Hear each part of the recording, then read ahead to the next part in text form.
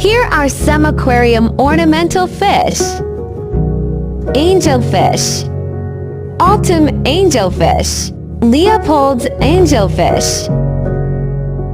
From the genus Turifilum, which has 3 species.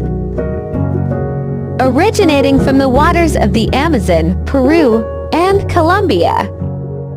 The 3 species of Turifilum are unusually shaped with a round body, dorsal fins, and an elongated triangular back.